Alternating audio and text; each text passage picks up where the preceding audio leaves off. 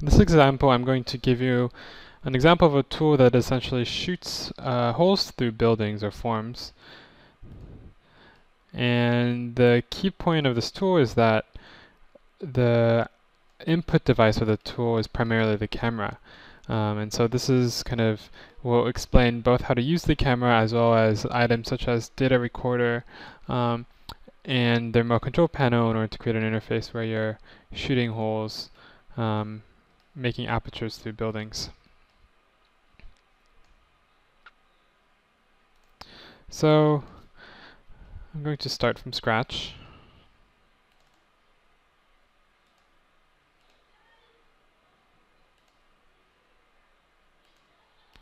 And the first thing I'm going to do is I'm going to get the flounder camera, and I'm going to turn this on. By now you should be used to this process, but if you aren't, I'm going to create two viewports called model perspective and design perspective. I'm going to make them into named views.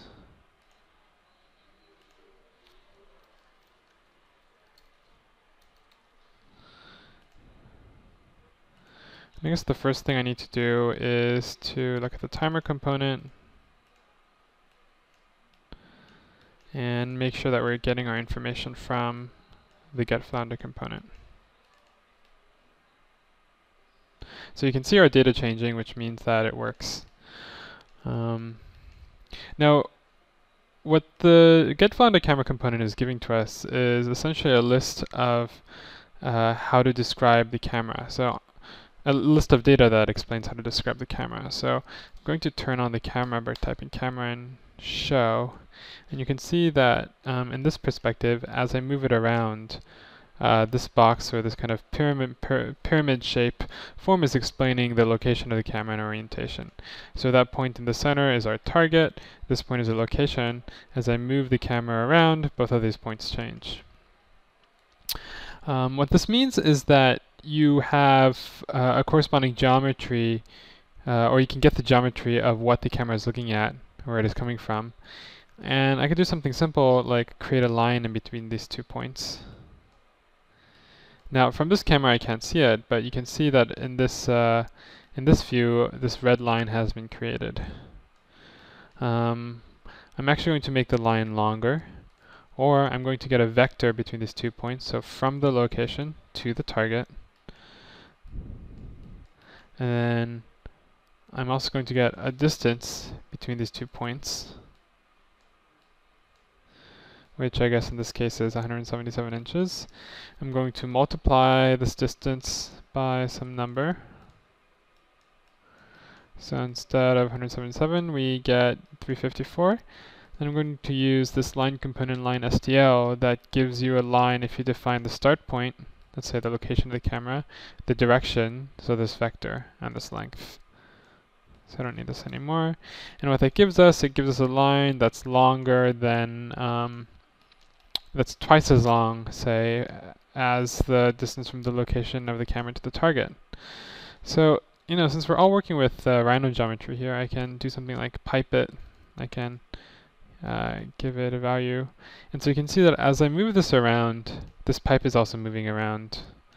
And if this is a little jittery, that's for a few reasons. One of this is that this timer is running at 50 milliseconds, so 20 milliseconds is a lot smoother. And the second reason is that because I'm recording my screen, I find that actually my screen is pretty jittery. But when you try this out, it should be significantly smoother. Okay, so that's one aspect. The other thing I want to show you is the data recorder function.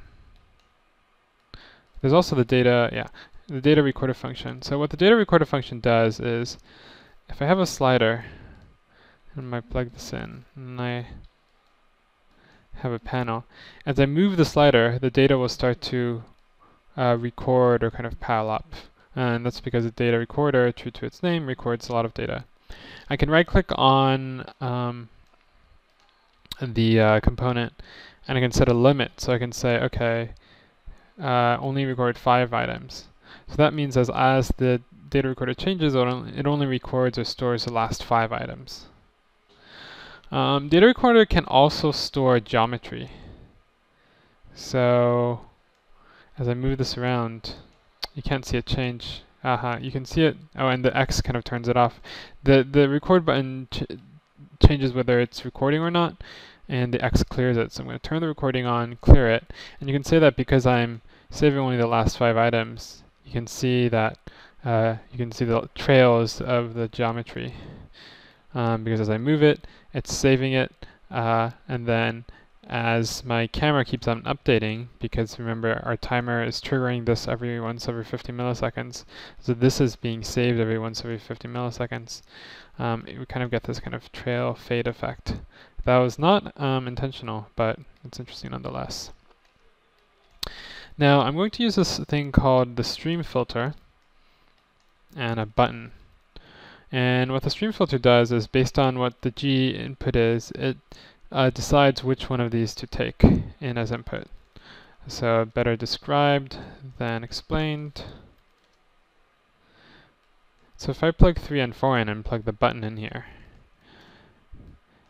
if I hold the button down, G becomes 1, and then item from number 1 flows in and comes out here. But if I take my finger off the button, then the button's value is 0, and so this number 3 flows through. So you can see the button is acting like a switch, toggling between 3 and 4.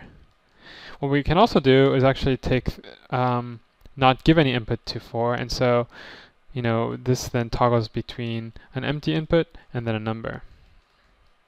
And so this is kind of how you can create switches in Grasshopper. I'm actually going to use this to plug this into the record component. So if I do that, you can see that if I click the button, each click records a value. So instead, and I'm actually going to take off the record limit or change it to 20. So if instead of the 1 I put in the pipe, I have this component where if I click the button, I'm saving the value of the pipe. So let's look at that over here. You can see that if in Grasshopper I click the button, that value has been saved, so to speak.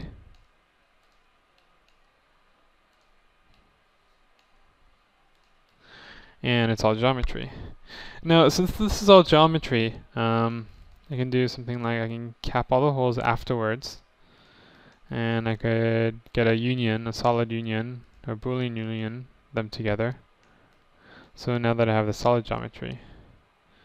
And I can also right click on this, I'll call it the save button, and then I can publish the remote panel, which if you remember, if you go to display and make sure to turn it on, then it shows up as a panel in Rhino that you can then snap into Rhino. And so then I get that kind of save functionality exposed outside of Grasshopper.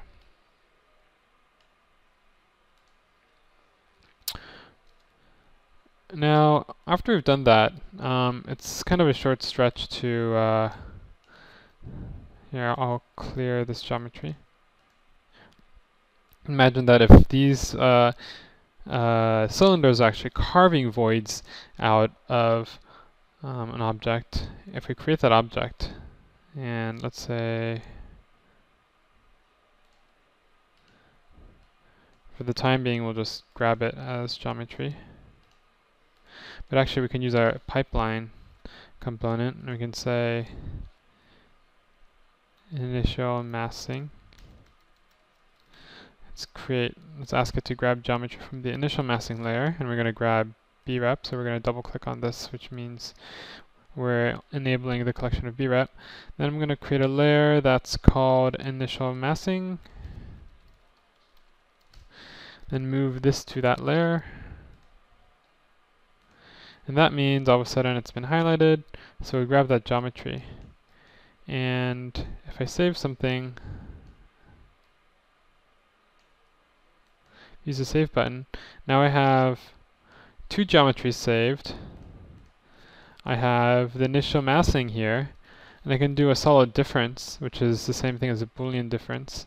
So I subtract from A all the objects in B, so then I get some new geometry. And you can't see much very well, so I'm going to use the custom preview component, plug it into plug a swatch color into it.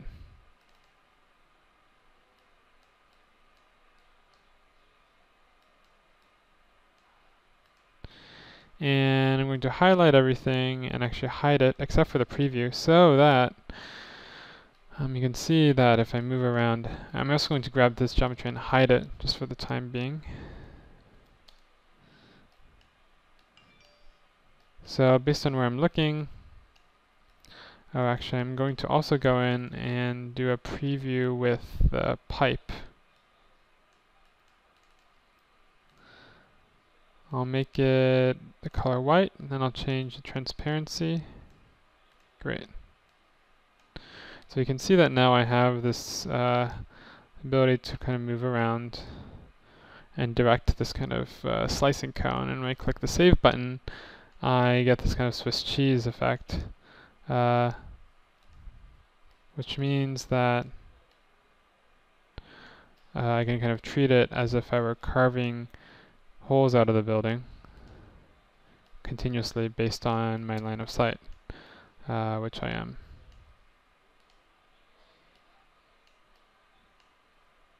Now, this is kind of the base dynamic. You could imagine that I could color this differently, add new geometry, add more functionality, but if you notice, the key input was not necessarily the keyboard, it was the camera location, and it wasn't, the key input wasn't the mouse, it was the camera location as controlled through the mouse.